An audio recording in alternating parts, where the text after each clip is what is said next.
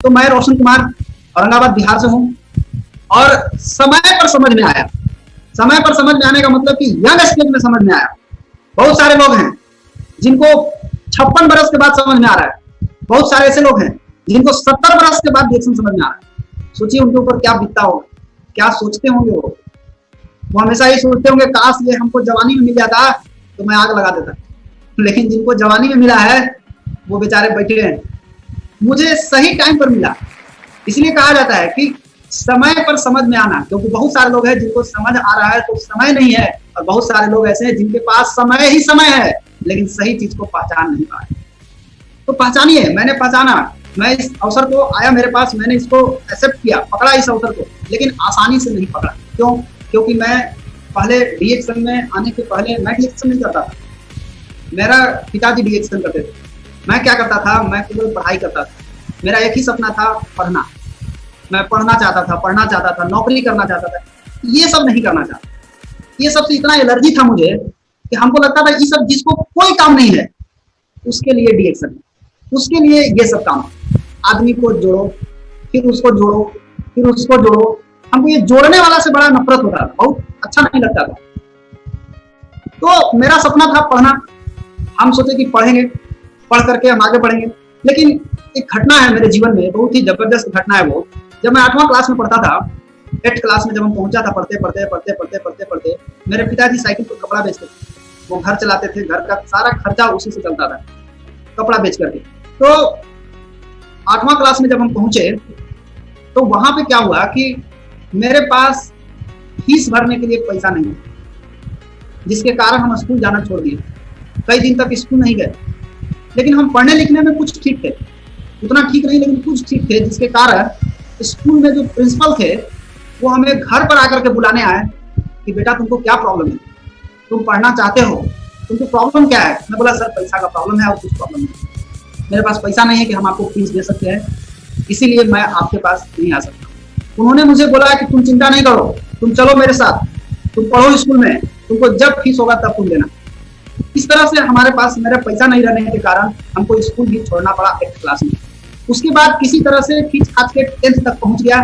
10th class तक अच्छा से पढ़ा, सीबीएसई स्कूल से पढ़ा। मेरे पिताजी साइकिल पर कपड़ा बेच करके किसी तरह से घर द्वार चलाते थे, हमारा भी घर खर्चा हमारा भी चलता था, हमारा भी पढ़ाई लिखाई उसी से चलता था। 10th क्लास तक तो किसी तरह हम पास कर गए। 10th के बाद जब हम इंटर में पहुंचते हैं तो इंटर का समय बहुत ही खराब हो गया। क्या खराब हुआ कि एडमिशन कराने के लिए मात्र 2500 रुपया, 2500, मात्र 2500 रुपया लग रहा था इंटर का एडमिशन कराने के लिए। मेरे पास उतना पैसा नहीं था कि मैं 2500 रुपया कहाँ से ला करके एडमिशन कराऊं। बहुत दिन तक इंतजार किया, नहीं रास्ता मिला। जब रास्ता नहीं मिला तो एक आदमी ने मुझे सलाह दी कि क्या आप ट्यूशन पढ़ा सकते हैं, आप वहां से पैसा ला सकते हैं।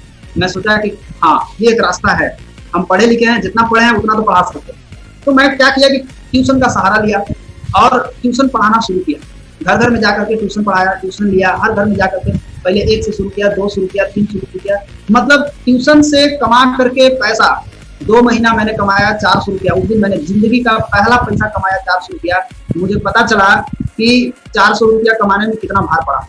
2 महीना मैंने रगड़ाया, रात जा करके उसके घर घर जाकर के, साइकिल था मेरे पास, उसी से जाकर के उसके घर पढ़ाया। 2 महीना के बाद हमको पता चला कि पैसा कमाना कितना टफ काम है, क्योंकि वो रास्ता दूसरा है। उस रास्ते पे पैसा कमाना रियली में टफ काम है, लेकिन आज जो हमारे पास रास्ता है उस रास्ते पे पैसा कमाना टफ काम है। केवल सोचना टफ काम है। अगर आप सोच सकते हैं तो आप कमा सकते हैं, अगर आप सोच नहीं सकते हैं आप कमा नहीं सकते। सारा खेल सोच का, कुछ भी नहीं। मैंने 400 रुपया इंतजाम करके, 400 रुपया कमा करके मैंने इंटर का एडमिशन करवाया। इंटर में एडमिशन करवा लिए, नाम भी लिखा लिए।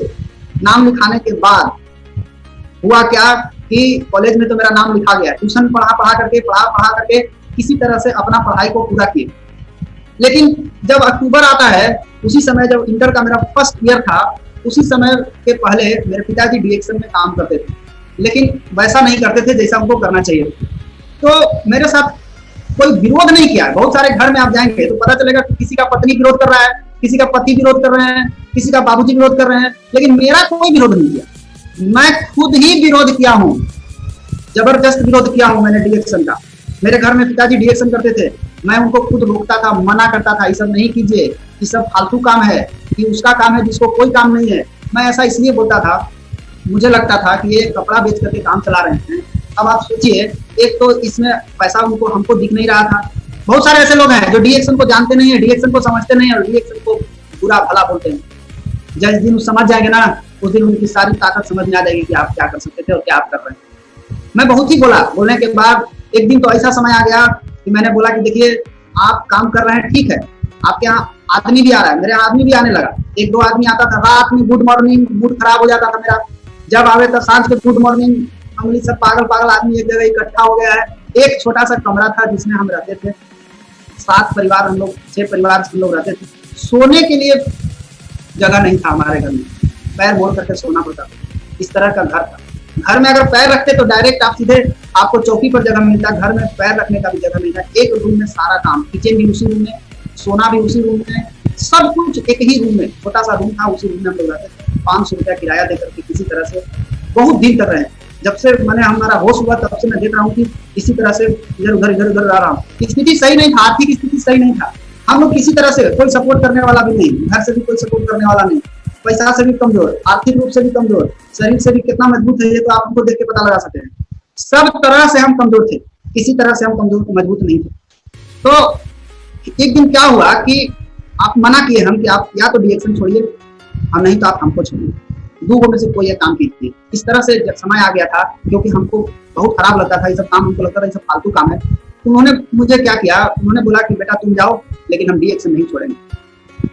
हम बोले वाह, इतना के बावजूद भी नहीं छोड़े। बहुत सारा आदमी ऐसा होता है जो अपना बेटा को छोड़ सकता है, बेटा को पकड़ सकता है, कंपनी को छोड़ सकता है, लेकिन पहला आदमी है जो बेटा को छोड़ सकते हैं लेकिन डीएक्शन को नहीं छोड़ सकते हैं।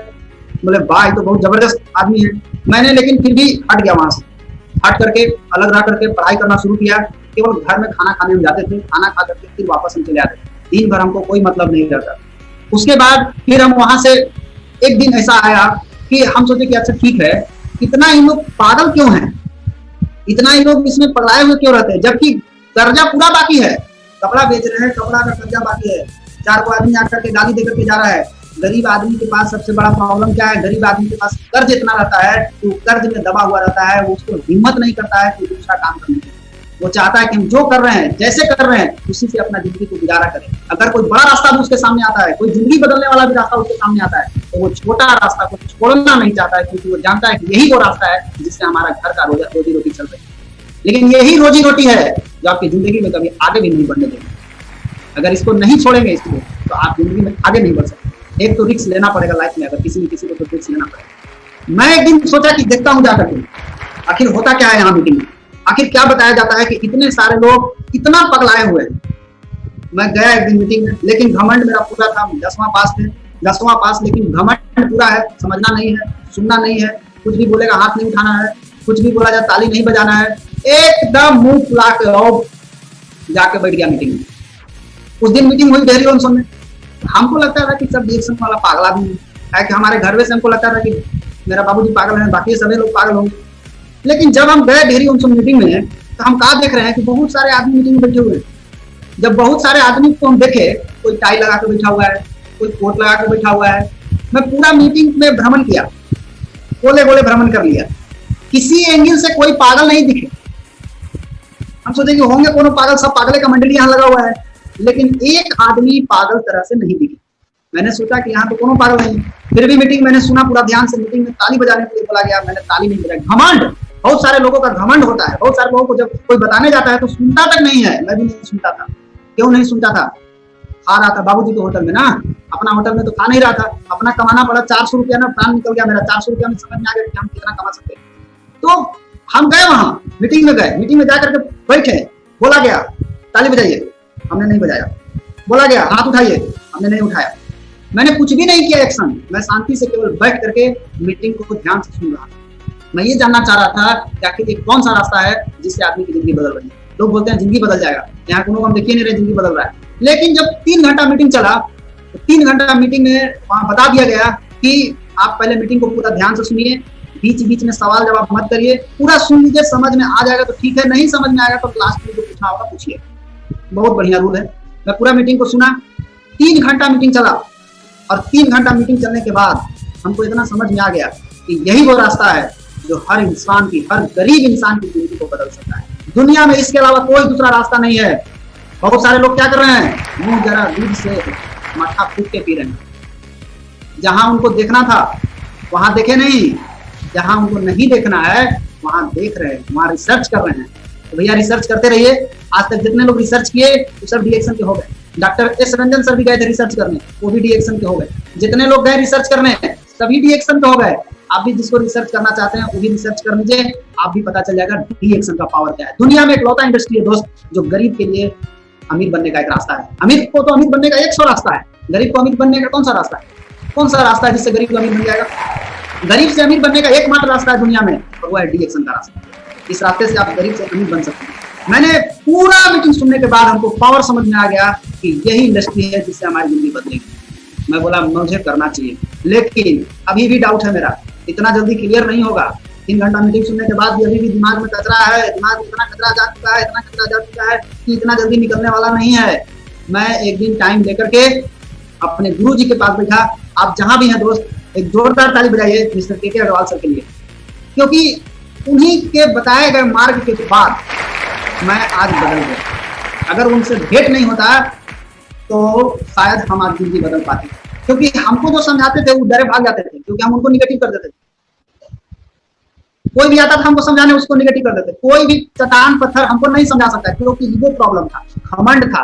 लेकिन एक ऐसा चट्टान से भेंट हुआ हमको जो हमको समझा दिए, और वो चट्टान रूपी आए हमारे गुरुजी, जिनका नाम है के अग्रवाल सर। जब हम उनसे पहली बार मिलते हैं तो पहली बार मिलने के बाद वो हमको बुलाते हैं, बोले बेटा तुम आओ यहाँ। पहली बार जब कोई बेटा बोले तो हमको लगा कि कुछ बात है। उम्र देखे 60 साल 65 साल, हम बोले वाह, इसका मतलब है कुछ तो गड़बड़ है यहाँ। मैं पूरी बात को उनसे बात किया। मैं बोला सर बताइए क्या करना है। सर बोले कि बेटा तुम क्या करना चाहते हो, तुम अपना पहले ड्रीम बताओ। मैंने उनको सारा अपना ड्रीम बताया। मैंने बताया सर मेरा सपना है पढ़ लिख करके इंजीनियर बनना, और कोई सपना नहीं मेरा। बोले बेटा तुम ठीक है, बहुत बढ़िया सपना है, तुम्हारे पास ये बता दो हमको कि तुम्हारे पास इंजीनियर बनने के लिए तुमको ये मालूम है कितना समय लगेगा? बोले जी नहीं। बोले 5 साल मान लो, कम से कम 5 साल समय लगेगा। ठीक है, पैसा कितना लगेगा ये तुमको मालूम है? बोले जी नहीं। बोले कितना पैसा लगेगा? कम से कम 20 लाख रुपया तुमको लगेगा। अब तुम हमको ये बता दो कि तुम्हारे पास तुम्हारे अकाउंट में कितना बैलेंस है। तो मैं आपको बता दूं, सच्चाई बात बता दूं, मेरे पास अकाउंट में बैलेंस की बात छोड़िए दोस्त, अकाउंट भी नहीं। आज तो प्रधानमंत्री जनधन योजना के तहत बहुत गरीब लोगों का अकाउंट खुल गया, लेकिन उस समय किसी के पास अकाउंट नहीं, मेरे पास अकाउंट नहीं। मैं बोला सर अकाउंट की बात कर रहे हैं, कमाने खाने से तो बच ही नहीं रहा ज्यादा, आप अकाउंट की बात कर रहे हैं, अकाउंट तो है ही नहीं मेरे पास। बोले पैसा ना, एको पैसा नहीं है। बोले तो कहाँ से आएगा 20 लाख? बोले व्यवस्था करना पड़ेगा। बोले बेटा 20 लाख व्यवस्था नहीं करना है, 100 रुपया व्यवस्था करके लाओ। हम बोले 100 रुपया कौन सा बारी काम, लाइए ना, ले आते हैं। 100 रुपया मांगने गए, उनको क्या मालूम कि ये जिंदगी का इतना बड़ा अनुभव बता रहे हैं। 100 रुपया मांगने गए एक आदमी से कि 100 रुपया दीजिए, क्या बोलता है बैंक से निकालना पड़ेगा। धन्य है, हमको उसी दिन समझ में आ गया कि यहाँ जिसके जेब में पैसा नहीं है उसको 1 रुपया कोई भी देने वाला नहीं है, और जिसके पास भरा हुआ है पैसा उसको सारी दुनिया देने के लिए तैयार है। हम समझ गए कि 100 रुपया नहीं मिल सकता है तो यहाँ 20 लाख रुपया कौन दे देगा? मैं बोला सर असंभव चीज है, यहाँ 100 रुपया लोग नहीं देता है। यहाँ भूखे पेट को कोई नहीं पूछता है, यहाँ भरे पेट को बोलते हैं थोड़ा और खा लीजिए, थोड़ा और खा लीजिए, थोड़ा और खा लीजिए। यहाँ भूखे पेट को कोई नहीं बोलते हैं कि आप और थोड़ा खा लीजिए। तो मैं बोला कि सर पैसा तो मिलेगा नहीं, ये तो कंफर्म हो गया, पैसा का तो सवाल है, बंद हो गया। बोले तब? हम बोले तब कैसे होगा से बताइए। बोले कि एक रास्ता है जिससे तुम 5 साल में कितना कमाना चाहते हो, इंजीनियर बन जाओगे तो कितना कमाओगे, छोड़ो 20 लाख रुपया नहीं है कोई बात नहीं, मान लीजिए तुम्हारे पास 20 लाख रुपया व्यवस्था हो गया, तुम इंजीनियर बन गए, कितना कमाओगे? हम बोले सर मेरा सपना है 25,000 रुपया महीना कमाने का, इससे ज्यादा हमको कमाने का सपना ही नहीं। बोले बस 25,000 रुपया कमाना चाहते हो? हम बोले जी सर, हमको 25,000 रुपया कमाने का सपना है। बोले ठीक है, तुमको इंजीनियर बनने के बाद 25,000 रुपया मिलेगा, तुम अगर मेरा पढ़ाई पढ़ो। बोले अच्छा, मेरा पढ़ाई पढ़ो 5 साल, जिस तरह से लोग बैंक का तैयारी करते हैं, रेलवे का तैयारी करते हैं, ग्रुप डी का तैयारी करते हैं, उसी तरह से 5 साल तुम मेरा साथ पढ़ो, तैयारी करो। 5 साल में तुमको मरे हाल में 1 लाख रुपया महीना आएगा। ये बात मेरे दिमाग के ऊपर पार गई। हम बोले 25,000 रुपया कमाने का हम सपना देख रहे हैं, अभी डायरेक्ट हमको 1 लाख रुपया का सपना दिखा रहे हैं। हम बोले गए काम से। फिर बोल रहे क्या, तुमको विदेश जाने को मौका मिलेगा, तुम कार पर चढ़ोगे। वाह वाह, हम तो गए काम से, अब बस से आए हैं डिहरी, अब बोल रहे हैं कार पे चढ़ेगा। फिर बोल रहे हैं तुम्हारा बात सुनने के लिए लोग टिकट कटा करके आएगा। बोले जा, फंसे हैं फेरा में।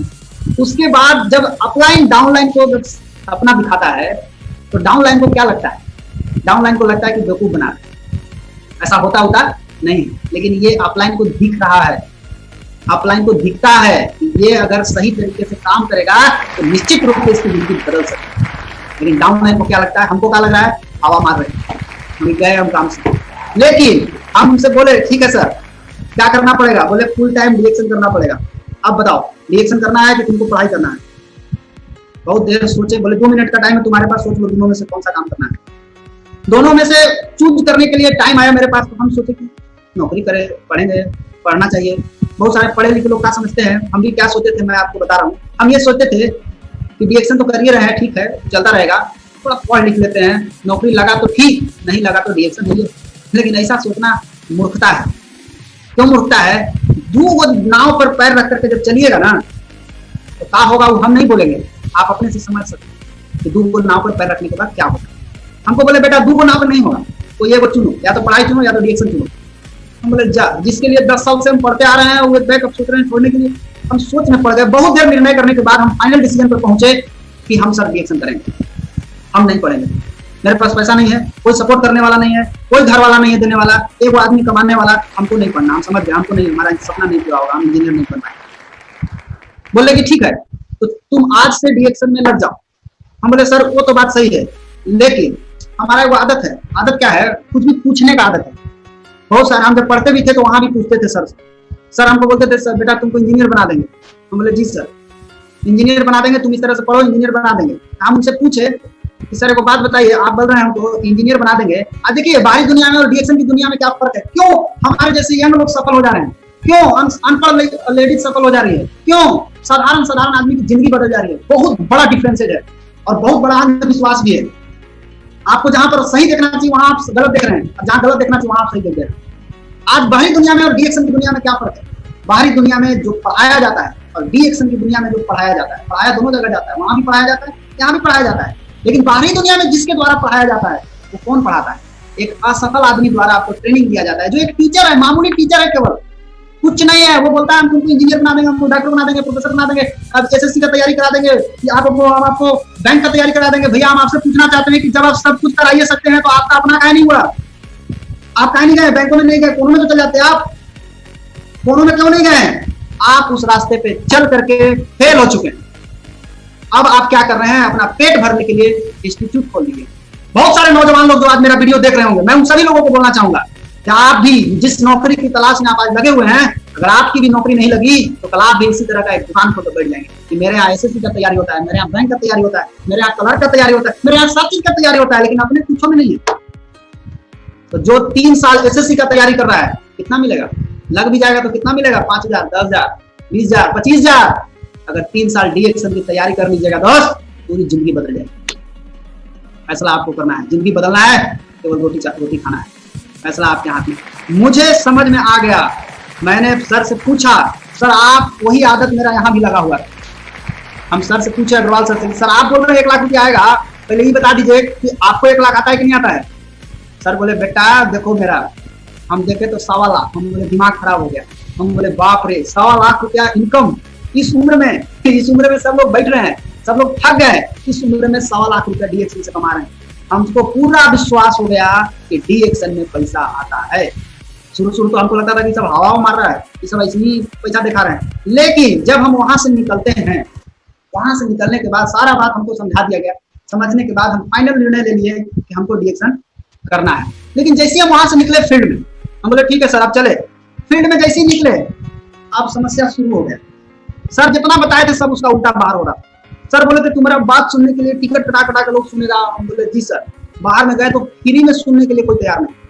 तो शुरू क्या होता है, शुरू ऐसा ही होता है। शुरू में कोई नहीं सुनता है, शुरू में सब आदमी मजाक उड़ाता था, हमको खुद मजाक उड़ाता था। हम जब पढ़ते थे उसी टाइम 1-2 बार हम दोस्त लोग को बताएं तो दोस्त लोग क्या बोल रहा है, वाह यार तुम्हारा दिन इतना गिर गया, तू चाय बेच रहा है, तू साबुन बेच रहा है, तू तेल बेच रहा है। हम बोले ले इतना बढ़िया काम है, इससे जिंदगी बदल सकता है। और ये लोग क्या बोल रहा है कि तुम इस तरह का काम कर रहा है। देखो तो हमको बोला कि आप जो ये काम कर रहे हैं अगर आपको करना ही था तो आप हमको बोलते, हम आपको दुकान में रखवा, वो हमको दुकान में रखवाने के लिए बात कर रहा है। हम बोले गजब हाल है, मेरा जिंदगी को एकदम आसान समझ में आया ये लोग। तो हमको लगा कि ये लोग सही बोल रहा है कि गलत बोल रहा है, समझ में नहीं आ रहा है। फिर में गए, कई लोग से मिले, कई गार्जियन लेवल के आदमी मिले, उन लोगों को जब बताना शुरू किया तो उन लोग क्या बोल रहे हैं, बेटा पढ़ लिख लो, अभी टाइम है, नहीं तो बाद में उम्र बीत जाएगा, फिर पढ़ नहीं पाओगे, फिर कोनो काम के नहीं बच पाओगे। बोले जी जी। सब लोग हमको क्या बोले कि आप जो इस रास्ता पे चल रहे हैं, मैंने बहुते कंपनी, बहुत दुनिया देखी है, ऐसा लोग बोलते हैं, बहुत सारे लोग बोलते हैं, हमको भी बोल रहे थे बहुत दुनिया देखे हैं। जो लोग ऐसा बोलते हैं ना आपको बहुत दुनिया देखे हैं, उनसे जरा पूछिएगा कि पासपोर्ट है आपके पास, दुनिया देखे हैं, खाली इंडिया में रह करके दुनिया देख लिए, पासपोर्ट कहाँ है पूरा दुनिया देखने के लिए आपके पास? अभी पूरा आदमी ऐसा नहीं कुछ पैदा हुआ जो पूरा दुनिया देख लिया। और आजकल के लोग पूरा दुनिया देख लेते हैं, क्या बोलते हैं, बाल पक गया देखते देखते, आंख पे चश्मा चढ़ गया मेरा देखते देखते। जी, आप गलत डायरेक्शन में गए, आप पैसा कमाने के लिए गलत डायरेक्शन में गए। पैसा किधर है, आप दौड़ रहे हैं किधर, आपको जाना है इधर, आप जा रहे हैं इधर, आप पैसा से उतना दूर होते चले गए। तो ये लोग हमको भी मजाक लाए, हमको लोग यहाँ तक बोल दिए कि आप जो कर रहे हैं बर्बाद हो जाइएगा। तो हमको आज समझ में आता है तो उनका बात अगर उस समय मान लिए होते ना तो पक्का बर्बाद हो जाता। उनका 2011 में पहली बार हम गोवा गए थे घूमने के लिए। उसके बाद ये है, हमारे पिताजी साइकिल से कपड़ा बेचते थे, ये नहीं है, ये पिक्चर लगाया मैं आपको दिखाने के लिए कि कपड़ा बेचते थे। इसी तरह से घर में काम धाम चलता रहा किसी तरह से। ये है तस्वीर 2012 का, जब हम लोग सब भोपाल गए थे फ्रीडम डे अटेंड करने के लिए। उसी दिन से हमको फ्रीडम डे समझ में आ गया, मैं उस दिन से आज तक फ्रीडम डे अटेंड कर रहा हूँ। फ्रीडम डे जाना, मीटिंग में जाना, ट्रेनिंग में जाना, कैंप में जाना, ये कभी नहीं छोड़ना। ये है सक्सेस का मंत्र, इस मंत्र को हमेशा जप करना, इसको छोड़ना नहीं। उसके बाद हम सबसे पहली बार, शायद हम अपने खानदान में पहला व्यक्ति होंगे जो विदेश गए घूमने के लिए।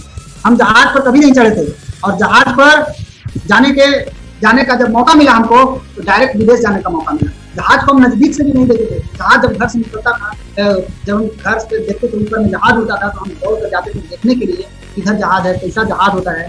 लेकिन थैंक्स टू डीएक्शन ऐसा रास्ता है जहाँ पे जहाज को कॉमन हो जाएगा आपके।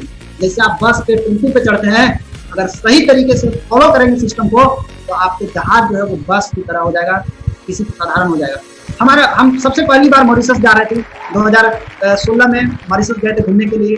डीएक्शन से पहला TSIP हम क्वालिफाई किए थे। उस दिन हम बहुत खुश थे, हमको लगा कि आज हमको कुछ मिला है। सर जितना बोले थे वो सब हमको मिलना शुरू हो गया। इस समय हमारा इनकम 77,000 पहुंच गया था, और 77,000 के साथ साथ हम जब मॉरिशस जाना शुरू किए तो उस समय इतना खुशी का ठिकाना नहीं था कि हम क्या करें। हम गए डेहरी ऑनसून, ये हमारे गुरुजी हैं, जोरदार ताली होना चाहिए अग्रवाल सर के लिए। और ये हमारे सभी जितने लोग हैं, हम सभी लोग एक साथ मिल करके काम करते हैं। हम लोग जा रहे थे, मित्र लोग इतना खुश थे हम लोग आपस में कि आप देख सकते हैं ये खुशी का इजहार हो रहा है। और काफी खुशी से हमको विदा किया गया मॉरिशस जाने के लिए। फर्स्ट क्लास होटल में गए, एक साथ सब लोग डिनर किए, खाए पिए। उसके बाद हम लोग वहां से खुशी के मारे ठिकाना नहीं, अंदर से डर लग रहा था कि जहाज पर जा रहे हैं, कभी झूला पे नहीं चढ़े हैं, आज हमको जहाज पर चढ़ने का मौका मिल रहा है। आज तक मेला में हम झूला पे नहीं चढ़ेंगे, चरखी आता है तो एक बार गलती से कोई हमको चढ़ा दिया था, हम बोले जल्दी रोकवाइए नहीं तो हमारा मृत्यु हो जाएगा। हमारा आदम लग रहा है कि हार्ट कमजोर निकल के बाहर आ जाएगा, लग रहा था कि हम कूद जाएंगे उस पर से। हम उस पर जाने के लिए तैयार नहीं हुए, लेकिन जब हम सुने कि हमको जहाज पे जाना है, हमको और डर लगा कि चरखी तो धरती पर घूमता है और ये तो पूरा आसमान जाने वाला है। खुशी का ठिकाना नहीं रहा। का लेके जा रहे हैं आप देख सकते हैं, शुरू में passport, Aadhaar card, PAN card, driving licence का क्या जरूरत है मॉरिशस में? कोई जरूरत नहीं है। खुशी का ठिकाना समझ में नहीं आ रहा है, कहाँ लेके जाए, कहाँ नहीं लेके जाए, सब उठा करके लेके चलेगा। जिसका जरूरत होगा रखेगा, जिसका जरूरत नहीं होगा नहीं रखेगा। जब हम गए, हमको डेहरी ऑनसून से काफी सभी मित्र लोग, आप लोग, इन लोगों के द्वारा हमको विदा किया गया। पहली बार, अभी तक तो रुपया देखे थे हम, पहली बार जिंदगी में डॉलर देखे। जब हम मॉरिशस गए तो हमने पैसा कन्वर्ट हो गया। हम बोले थे कि इतना रख लीजिए, खर्च नहीं है, सेफ्टी हम उस पैसा को रखे। और उसके बाद हम पहली बार मॉरिशस के लिए गए, जहाज में गए। जहाज में जब हम पहली बार चढ़े तो मेरा सीट, जहाँ VK गुप्ता सर बैठे हुए हैं, सीट मेरा वहीं था। लेकिन हम पहली बार गए थे, हम VK गुप्ता सर को बोले सर आप इन्हें आइए, हमको उधर जाने दीजिए, हमको देखना है कि ऊपर से नीचे कैसा दिखाई देता है। सर को बोले कि सर उड़ेगा तो डर तो नहीं लगेगा? सर बोले नहीं, टेंशन का लेना है। आगे में धर्मशील सर थे, हमको लगा कि चलिए आगे में है, तब से परिचय हुआ। और बोला गया कि सीट बेल्ट बांध करके बैठिए। मैं सीट बेल्ट पूरा टाइट बांध लिया और कस के पकड़ा हूं। हाँ, अब जहाज उड़ने के लिए तैयार है। अभी समझ में आता है क्या होता है खुशी का ठिकाना। कस के पकड़ करके उड़ने के लिए, हमें जहाज उड़ेगा तो कस के पकड़ ले रहना है। वहां से अनाउंस भी हो गया था कि आप सीट बेल्ट को पूरा बांध लीजिएगा, मैंने टाइट पकड़ करके उड़ने, लेकिन जब उड़ा तो हमको पता ही नहीं चला। हम बोले अरे ऐसा यहाँ तो कुछ पता ही नहीं चला, बहुत मजा आने लगा और ऊपर गया। उसके बाद ये दुबई में मॉरिशस जब हम लोग गए तो मॉरिशस में समुद्र के किनारे एकदम बिना टेंशन के फ्री लाइफ एंजॉय कर रहे हैं। ये देखिए शशिभूषण सर है, रंजीत सर है, हम भी है, एकदम समुद्र के किनारे सोए हुए हैं। शायद अगर मैं पढ़ाई कर रहा होता तो शायद ये दृश्य हम नहीं देख पाते, ये दृश्य हमारे नसीब में नहीं होता। आज जो लोग अंग्रेजी बतियाते हैं ना फील्ड में, उन लोगों से जरा दिखाइए कि आप कहाँ कहाँ घूमे हैं अभी तक। खाली अंग्रेजी बोलिएगा, कभी तो हिंदी बोलिए। लेकिन हम ये गए, ये डीएक्शन लाइफ है, ये डीएक्शन के द्वारा पॉसिबल है। उसके बाद पहली बार भारत में लाने वाले महान गुरु प्रोफेसर के वसुपाल सर, जहां भी एक जोरदार ताली होना चाहिए प्रोफेसर वसुपाल सर के लिए।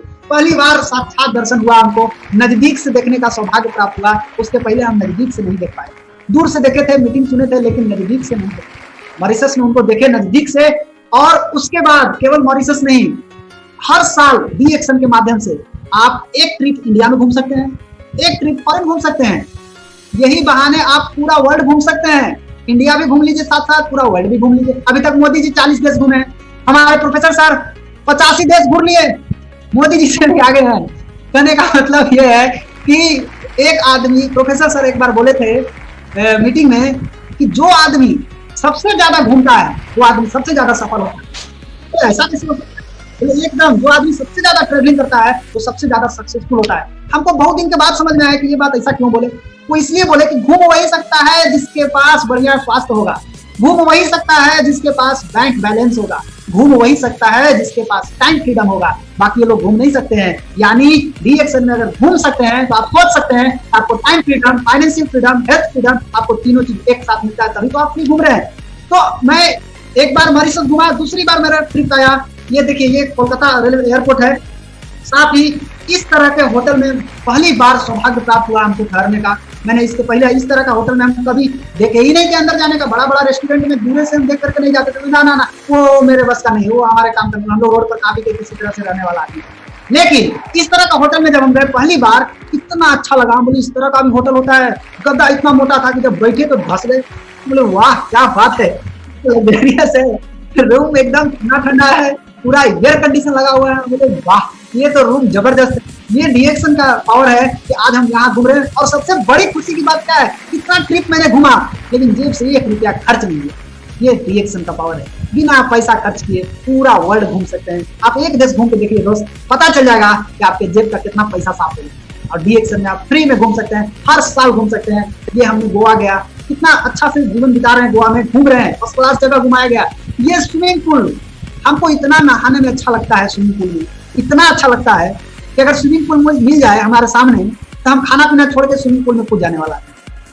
मैं स्विमिंग पूल के लिए हमको बोला गया स्विमिंग पैंट पहनना होगा, स्विमिंग पैंट हम एकदम से रेडी है, खरीद करके लाते हैं, लाए स्विमिंग पूल में पूरा नहाए, खूब इंजॉय किए स्विमिंग पूल में। हम बोले वाह, आज तक नदी में नहीं नहाए थे डर के मारे कि बहुत गड़ गया था। कई बार हम नहाए थे, शीशा गड़ गया, पैर में कांटा गड़ गया, हम बोले ये सब नहाने लायक नहीं है। लेकिन स्विमिंग पूल में नहाने का मजा ही कुछ और है। इसमें टेम्परेचर के हिसाब से पानी भी रहता है और आप नहाइए, आप डूबिएगा भी नहीं, काफी मस्ती वाला थी। उसके बाद एक बार और ट्रिप हम गए इंडिया में, आगरा विजिट। अभी तक हम ताजमहल केवल दूर से देखे थे, लेकिन Agra visit thanks to professor sir, जिनके कारण ये संभव हुआ था, जिनके कारण हम गए थे। साथ में हम सभी के महागुरु प्रोफेसर सर भी गए थे। बहुत अच्छा लगा, एक साथ एक बस में। हम बोले वाह क्या बात है, एक साथ घूम रहे हैं। आगरा गए घूमने के लिए एयरप्लेन से, ये है ताजमहल। ये सब डीएक्शन से, एक पैसा जेब से खर्च नहीं करना, फ्री ऑफ कॉस्ट घूमना। उसके बाद फिर गए, ये मेरा गुरु भूमि है, जिसको आप बोल सकते हैं बाबा धाम। बहुत लोग बाबा धाम जाते हैं शंकर जी को जल चढ़ाने के लिए। मैं आपको बता रहा हूँ, असली बाबा धाम आपका गुरु भूमि है। हम लोग का गुरु भूमि डेहरी ऑनसोन है, असली बाबा धाम यहाँ है। आप शंकर जी पर जल चढ़ाने जाते हैं, वहां शंकर जी खुश होंगे नहीं होंगे पता नहीं, लेकिन यहाँ गुरु के पास जाएंगे, गुरु खुश हो जाएंगे। गुरु भूमि पर जैसे बताया जाता है जाइए। ये हम लोगों को स्वागत किया गया, पूरा जबरदस्त तरीके से स्वागत करके भेजा गया। और दूसरी बार फिर फ्लाइट से गए दुबई हम लोग, और ये दुबई में बहुत ही जबरदस्त होटल था। और उस होटल स्प्लेंडर होटल था, बहुत बड़ा नाम था, अजीब अजीब वहाँ का होटल, अजीब अजीब लोग यहाँ इस तरह से देखिए। क्या जिंदगी है डीएक्शन का। ये पढ़े लिखे पढ़ते लिखते तो हम दुबई कब जाते पता नहीं इस जीवन में। मैं आपको बता दूं कि बहुत सारे लोग हैं जो इस जीवन में नहीं जा पाएंगे विदेश घूमने के लिए। बहुत सारे ऐसे लोग हैं, उनको डीएक्शन समझना पड़ेगा, समझना होगा। मैं गया दुबई, इस तरह के बस में कभी नहीं चढ़ा था, अभी तक बस में चढ़ा था एक बार, गड्ढा में जाना हॉप ऊपर नीचे, इतना चोट लगता था बैठने में, मन नहीं करता था बस पे चढ़ने का। इस तरह का लग्जरियस बस, एक बस में। उसके बाद हम लोग दुबई में डेजर्ट सफारी पर घूमने गए, इतना जबरदस्त बालू पर पूरा घुमाया गया, कार चल रहा है ऊपर नीचे, लग रहा है अब गिर जाएगा, लेकिन कुछ भी नहीं, अच्छा लग रहा था, बहुत इंजॉय लग रहा था। उसके बाद ये दुबई में हम लोग दुबई का ड्रेस पहने, दुबई की तरह दिखने का प्रयास किए। ये देखिए लग रहे हैं हम लोग कि रियल में दुबई के हैं, रीता जी हैं, रवि जी हैं, भी हैं, हम लोग दोनों आदमी गए थे और बगल में दुबई हम लोग गए घूमने के लिए। उसके बाद फिर घूमने का मौका मिला, दुबई के बाद बैंगलोर गए घूमने के लिए जहाज से। एकदम जहाज लग रहा है कॉमन हो चुका है धीरे धीरे। जहाज से स्पाइस जेट से बैंगलोर गए, बैंगलोर के बाद फिर एरोप्लेन पर चढ़ने का मौका मिला। और इस बार जो ट्रिप था वो मलेशिया का ट्रिप था। मैंने डीएक्शन से ट्रिप क्वालिफाई किया और मलेशिया गया घूमने के लिए। और मलेशिया के बाद ये है हमारा सीईओ, जोरदार ताली डॉक्टर निमसियो जिनके लिए।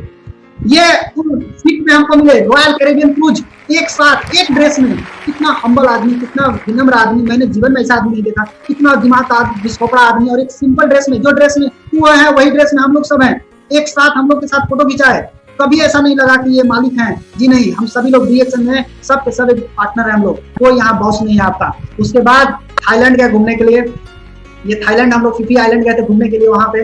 उसके बाद ये क्रूज जिसपे पैसा वाला आदमी ही उस पर चढ़ सकता है, हमारे जैसे साधारण आदमी को चढ़ना बस की बात नहीं।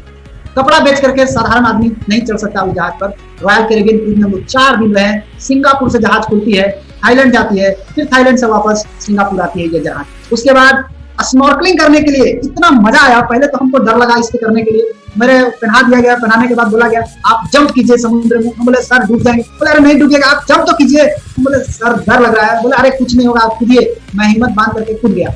और बोले कि नीचे देखिएगा, आंख में चश्मा लगाए हुए। नीचे देखा तो इतना डर लगा, मैं बोला अरे बाप रे, इतना ऊपर हम आ गए हैं, इतना ऊपर में हम लटके हुए हैं। तो बोले हमको नहीं तैरना आता है, हमको जल्दी से खींच करके निकालो, हमको इसमें नहीं रहना है, कहीं गलती से डूब गया। बोला चिंता मत कीजिए, आप नहीं डूबिएगा। हम बोले क्या बात है, बहुत मजा आया स्नॉर्कलिंग करने में। ये सब डीएक्शन का लाइफ है।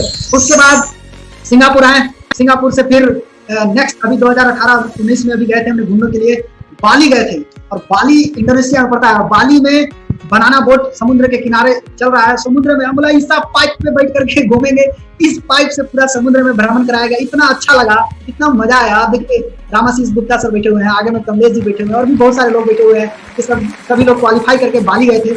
और उसके बाद बाली में ये गाला डिनर हो रहा है कि कैसे कैसे लोग हैं, क्राउन एम्बेसडर संतोष देवकर सर, प्रवीण सर और कुंदन जी हैं, मनोज सर हैं, आरडी पटेल सर हैं। सभी लोग एक साथ एक मंच पे हम लोग डांस कर रहे हैं, खा रहे हैं, पी रहे हैं, मस्ती कर रहे हैं। ये सब डीएक्शन का लाइफ, ये है डीएक्शन का लाइफ। जो लाइफ हम जी रहे थे वो लाइफ दूसरा था, ये लाइफ जो जी रहे हैं वो लाइफ दूसरा है। ये डीएक्शन के द्वारा प्रदान किया गया लाइफ आपको भी मिल सकता है। आज संघर्ष कर लीजिए, आने वाला दिन आपका होगा। 3 साल 5 साल अच्छा तो संघर्ष कर लीजिए, आने वाला पूरा जीवन आपका सुख में बीतेगा। उसके बाद हम लोग बाली गए, बाली में सेमिनार हुआ, ट्रेनिंग हुआ, कैंप हुआ, वहां पे बैठ करके बात किया गया। फिर उसके बाद एक ट्रिप आया मुन्नार।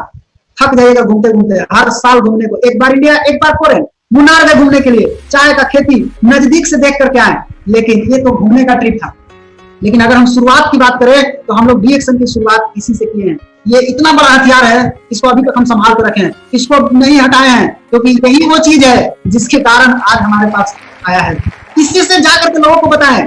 लोग क्या बोलते थे, आहा इससे आप कार पे चढ़ जाएंगे। बोले जी सर बोले हैं, सर बताए हैं आ जाएगा। मैंने इसके सहारे जा करके लोगों को बताया, हर घर में बताया। जिनके पास नहीं जाने का साधन था, मैंने इसी से गया। इससे जाते जाते मैंने सर को बोला सर कितना दिन हम इस पे चलेंगे। डेहरी ऑन बस से जाते थे, 15 रुपया किराया लगता था। 15 रुपया किराया देकर के हम बस जाते थे मीटिंग सुनने के लिए। मेरे पास अपना मोटरसाइकिल तक नहीं था कि हम डेहरी ऑन जा सकते मीटिंग में। सर को बोले सर क्या करना पड़ेगा, बोले सपना बनाओ। सारा सपना बनाया और जो बताया गया उस तरीका पे चले। उसके बाद मेरे पास सेकेंड हैंड मोटरसाइकिल आया, नया भी नहीं। मैंने सेकेंड हैंड मोटरसाइकिल खरीदा था 28,000 रुपया का, ये डीएक्शन से कमाने के बाद। उसके बाद मेरा ड्रीम बनाया कि अब हम सेकंड हैंड नहीं चलाएंगे, अब हमको नया चाहिए। और 2014 में फिर हमने नया गाड़ी खरीदा डीएक्शन से। लेकिन मोटरसाइकिल पर चलने में एक बड़ा प्रॉब्लम हो गया। बहुत दिन तक चले हम मोटरसाइकिल पर, हमको लगा कि इस पे न ठंडा बर्दाश्त होता है, न गर्मी बर्दाश्त होता है, न जाड़ा बरसात बर्दाश्त होता है, कुछ भी बर्दाश्त नहीं होता। जाड़ा में जाड़े लगेगा, गर्मी में गर्मी लगता है। पानी पड़ रहा है उसमें भीगी जाइएगा, एक कार होना चाहिए। तो बोले सर कार आ सकता है, बोले एकदम आ सकता है, तुम सपना देखो, जैसे बताया जा रहा है उस तरीके पे चलो। उन्होंने बताया, चला, और नतीजा आपके सामने। मेरी पहली कार 28 मई 2013 को, नैनो गाड़ी और नैनो आदमी बगल में खड़ा है, दोनों चीज नैनो। बहुत खुशी हुई थी हमको इस कार को लेने के बाद, लेकिन बहुत डराया भी था इस कार को लेने के बाद। मैंने डांट भी खाया था सर से, क्यों? अपलाइन चाहते हैं कि बेस्ट से बेस्ट देना चाहें अपने डाउनलाइन, लेकिन डाउनलाइन जो होते हैं ना बेचारे घबरा जाते हैं, सक्सेस ट्रैप में फंस जाते हैं। हम सक्सेस ट्रैप में फंस गए थे, लेकिन बचपना था, समझ में नहीं आया। मैं बोला सर हमको तो कार चाहिए तो चाहिए, हमको कुछ नहीं चाहिए, तो कार चाहिए। और कार मैंने खरीदने का टारगेट बनाया 2013 को, गया जाकर के मैंने खरीदा, साथ में वरुण भैया थे, वरुण भैया के साथ हम लोग गए, जाकर के गाड़ी को खरीदे। और उस दिन गाड़ी पर जब चढ़ते हैं तो लगता है कि ये मेरा कार है, ये मेरी कार है। मुझे आज तक विश्वास नहीं हो रहा था कि हम कार पर चढ़ेंगे, क्योंकि मुझे कार नहीं चलाने आता था। उसी समय हम कार लिए, और लेने के बाद मैंने इसको कम, मर्सिडीज से कम नहीं समझता था। जो लोग मर्सिडीज रखे हैं वो मर्सिडीज समझते होंगे, मेरे पास टाटा नैनो ही मर्सिडीज था। मुझे लगता था कि बहुत बड़ा सपना पूरा हो गया मेरा, लेकिन इससे मैंने 4 साल मेहनत की। 4 साल बाद थक गया, मैं लगा कि अब ये गाड़ी नहीं चाहिए, अब गाड़ी चेंज करना है। और मैंने 4 साल बाद गाड़ी चेंज किया। 2017 में मेरी दूसरी गाड़ी आई, 6 लाख की टाटा टियागो गाड़ी। ये मैंने डी एक्शन से कमा करके खरीदी। उसके बाद इससे भी मैंने काफी दिन तक संघर्ष किया, 3 साल मेहनत किया। और 3 साल मेहनत करने के बाद अब मैं सोचा कि अब इस गाड़ी से भी नहीं चलेंगे, मेरे पास थोड़ा और बड़ा गाड़ी होना चाहिए। और अभी मेरे पास ये गाड़ी है, 31 जनवरी 2020 को मैंने खरीदा है, टाटा अल्ट्रोज 9 लाख की कार। मतलब डी एक्शन से कैसा जिंदगी हो गया। एक साइकिल से चलने वाला आदमी कार से चल रहा है, और ना केवल मैं कार से चलता हूँ, मेरे ग्रुप के लोग भी कार से चलते हैं। मेरे ग्रुप में देखिए कैसे कैसे लोग कार पे चल रहे हैं। रीता कुमारी रवि जी, इनका अपना कार टाटा इंडिगो। पहले हम सोचते थे कार आएगा, सबका आना चाहिए, मेरा भी आ गया तो टीम में आना, सबका लाइन से आना शुरू हो गया। ये एक कार रीता कुमारी रवि जी का पहला कार, दूसरा कार ये उनके डाउन टीम में है, ये भी हमारे ग्रुप में है दूसरा कार। ये तीसरा कार ये सभी लोग खरीदे हैं, टीम में है, एक सूर्य डायमंड है। चौथा कार, 4 कार हो गए, 5वां कार हो गए, ये 6ठा कार हो गए, ये 7वां कार हो गए। अभी तक मेरे पूरा टीम में 7 लोग कार से जीते हैं। अब जो लोग कार से नहीं है वो बेकार हैं, अभी बेकार पड़े हुए हैं लेकिन बेकार नहीं रहना है, कार पर चढ़ना है। बहुत सारे लोग बोलते हैं शादी ब्याह लगन टाइम आता है, लोग बिजनेस छोड़ के जाते हैं शादी ब्याह अटेंड करने के लिए। अरे दोस्त ये बिजनेस करिए, शादी ब्याह अटेंड बाद में कीजिएगा। अभी तो लॉकडाउन है, कितने लगन पार हो गए, लेकिन आपको शादी ब्याह में जाने के पहले आपको कमा के जाना है। बहुत लोग शादी ब्याह में इसलिए जाते हैं कि हम जाएंगे, नहीं जाएंगे तो कोई मेरे यहाँ नहीं आएगा। अरे मत आ रहे, टेंशन नहीं लेना है। डी एक्शन का इतना बड़ा परिवार बना दीजिए, वो लोग आए या ना आवे, आपके यहाँ जो लोग आवे सब कार वाले आवे, बेकार लोग नहीं आवे, आप लोगों को बता सके। आप कार से, जितने यंग जवान लोग देख रहे हैं इस मीटिंग को, मेरा मीटिंग को, उन सभी लोगों से मेरा आग्रह है कि जब तक अपना कार नहीं हो तब तक ब्याह मत करना बात।